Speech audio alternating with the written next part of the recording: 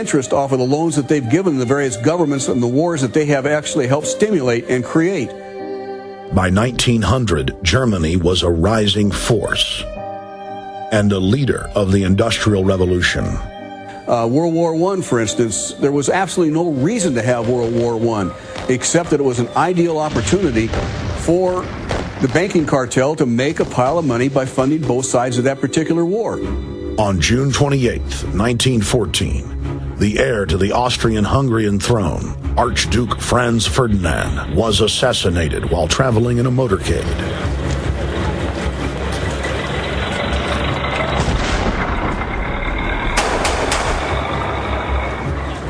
The Black Hand, a Serbian secret society with connections to French and British intelligence, took credit. World War I had begun.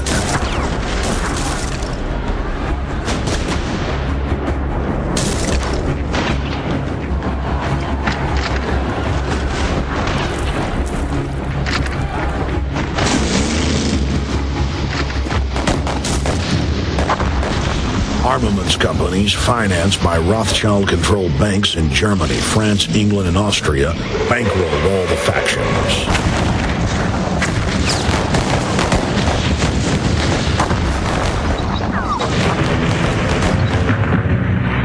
At least 20 million were killed in the war. It was a conflict so terrible the people vowed to never fight again. They dubbed it the War to End All Wars.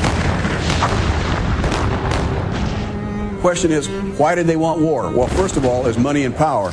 But secondly, they wanted to create the League of Nations. They had this in their plans all along, and as a consequence, once the war was over or about to be over, they began to formulate this idea of a League of Nations, so this would never ever happen again. Hundreds of years of practice made the British experts at hiding their empire behind puppet governments and councils. In the name of stopping all future conflicts, they proposed that countries would join a League of Nations. Their true intention was for the League to serve as a framework for world government. President Woodrow Wilson, who had spearheaded the establishment of the private Federal Reserve System in the United States in 1913, strongly supported the establishment of the League of Nations. Woodrow Wilson was a very naive president. He was basically a college professor that was grafted into this whole system. The League convened in Paris in 1919, but many nations recognized it as a threat to their sovereignty and refused to join. Frustrated by the U.S. Congress blocking the League of Nations, British intelligence, with the help of the Rockefeller family, set up the Council on Foreign Relations in New York City in 1921. The council recruited the best and brightest of American life to support the growth of the Anglo-American Empire. The CFR's stated mission is to abolish all nation-states in favor of an all-powerful world government administered by a tiny elite. By 1930, the promoters of world government had split into two interlocking camps: the Fabian Socialists centered in London and the Fascists based in Italy and Germany.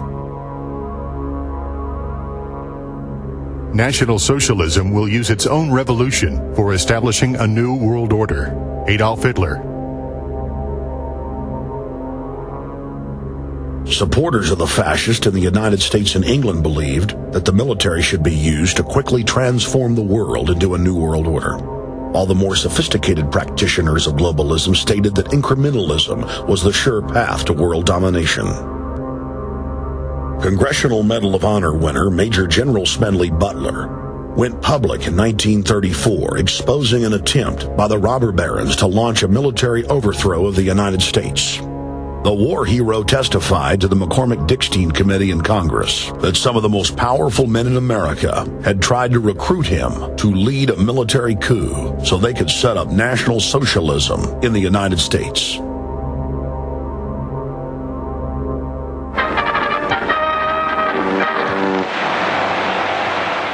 I appeared before the Congressional Committee, the highest representation of the American people, under subpoena to tell what I knew of activities which I believe might lead to an attempt to set up a fascist dictatorship.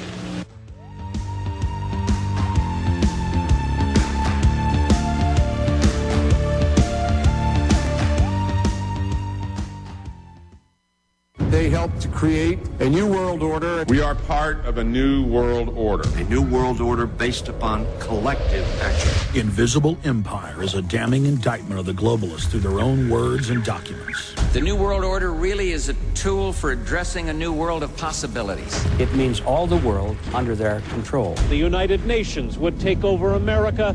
The Trilateral Commission would control the world. Invisible Empire chronicles how men of power and influence have worked in stealth for centuries to establish an oppressive world government. I believe, first of all, that we now need nothing short of a world constitution for the global financial system. Global governance with the establishment of the G20. So it's going to be an inner ruling elite and then everyone else. And I got news for you. You're everyone else. Invisible Empire. Secure your copy today at Infowars.com or PrisonPlanet.com, or watch it online in the highest quality at PrisonPlanet.tv.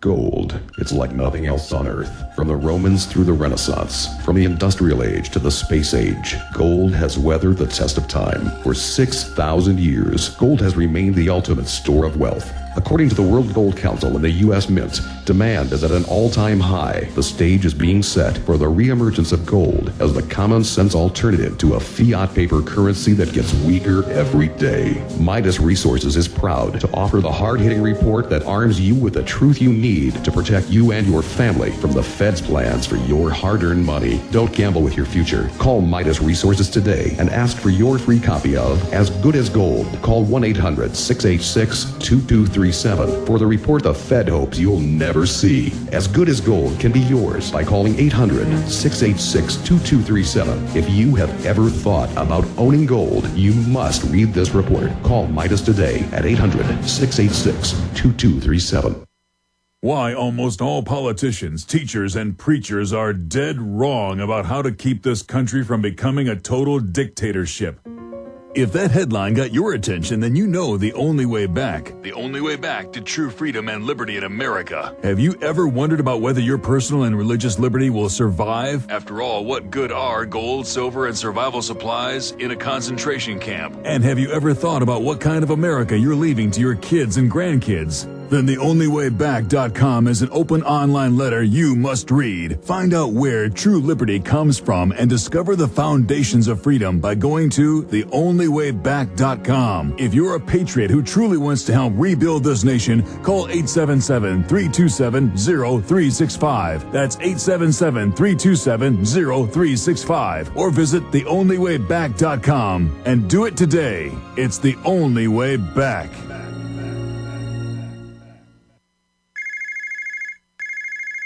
If you're in a service business, that's money ringing in your ears. If your phone's not ringing, chances are it's a problem with your marketing. Landscapers, painters, roofers, carpet cleaners, pet sitters, handymen. Anyone with a residential service business can build a huge and loyal customer base fast with the Magic Yellow Flyer. No more expensive newspaper, yellow pages, or internet pay-per-click ads. The Magic Yellow Flyer will have new customers calling you within 1 week. The Magic Yellow Flyer marketing system is the most effective and inexpensive way to build a referral-only service business in a short period of time. And the Magic Yellow Flyer comes with an outrageous 1-year guarantee. You will get new customers or your money back. For details, go to MagicYellowFlyer.com. No matter what business you're in, the Magic Yellow Flyer marketing system will work for you. Visit MagicYellowFlyer.com. Put the Magic Yellow Flyer to work for you today. Visit MagicYellowFlyer.com.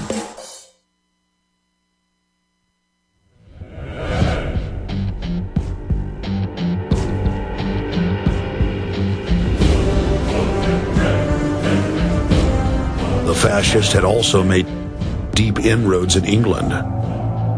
Edward VIII, King of England, was forced to abdicate the throne because of his public support for Hitler.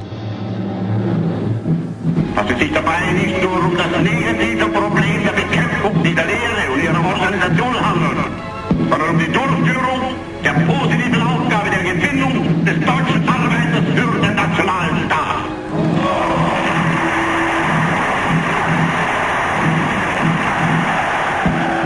Though the German-led fascist camp was strong, the Fabian Socialist bloc was able to maintain control of the U.S., Russia, and England.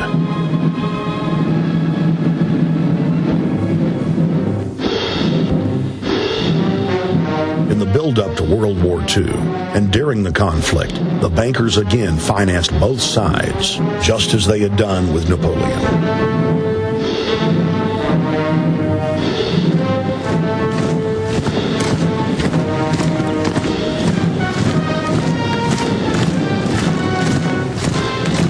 With the rise and fall of the Third Reich, Europe lay in ruins.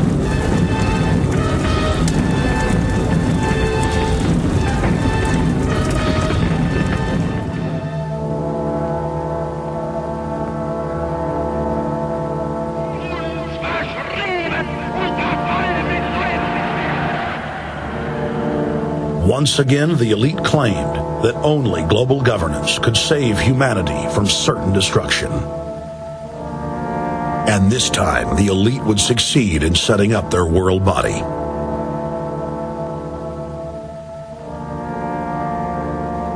In April of 1945, at the Presidio Naval Base in San Francisco, the United Nations was founded by the victors of World War II. The United Nations complex was then built in New York City on land donated by John D. Rockefeller. Shortly after the elite established the United Nations as their base in the United States, the newly formed World Council quickly began work on the next phase in their plan, the incremental formation of continental superstates.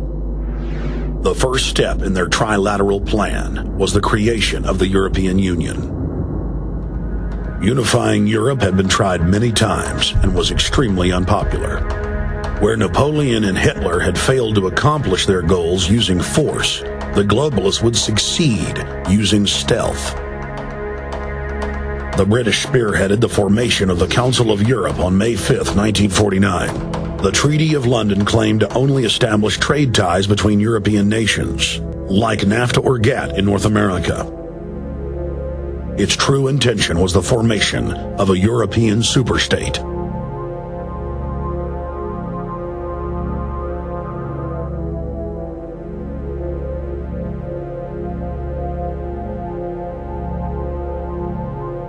In 1954, the elite of the planet met in secret at the Bilderberg Hotel in Oosterbeek, Holland. The Bilderberg Group would later admit that their mission was the formation of the EU. Once the EU was established, under the guise of trade deals, a North American Union and Asian Union would be formed. The three interlocking superstates form the core of the global government, while the United Nations would serve as a world regulatory and enforcement body over the Third World subregions. The Bilderberg Group consists of the heads of all of the managing roundtable groups that steer individual countries. Picture the elite power structure of the world as a giant pyramid, with only the elite of the elite at the tip-top of the capstone. The group has been so secretive that until the mid-1980s, the controlled corporate media denied its existence. Into the late 1990s, coverage only consisted of rare one-line mentions.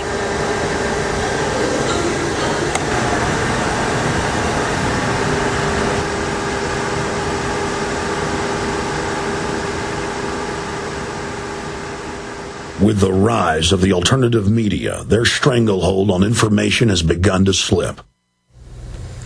On the outskirts of the national capital today, black limousines with darkened windows converged on a hotel where private security guards imposed ironclad control.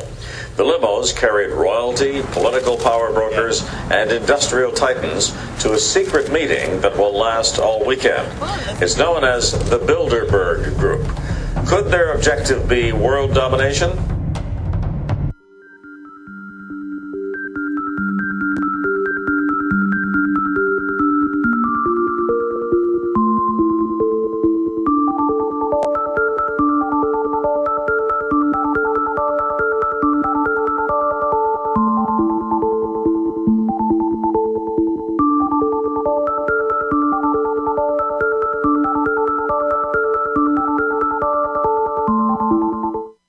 We're on the march.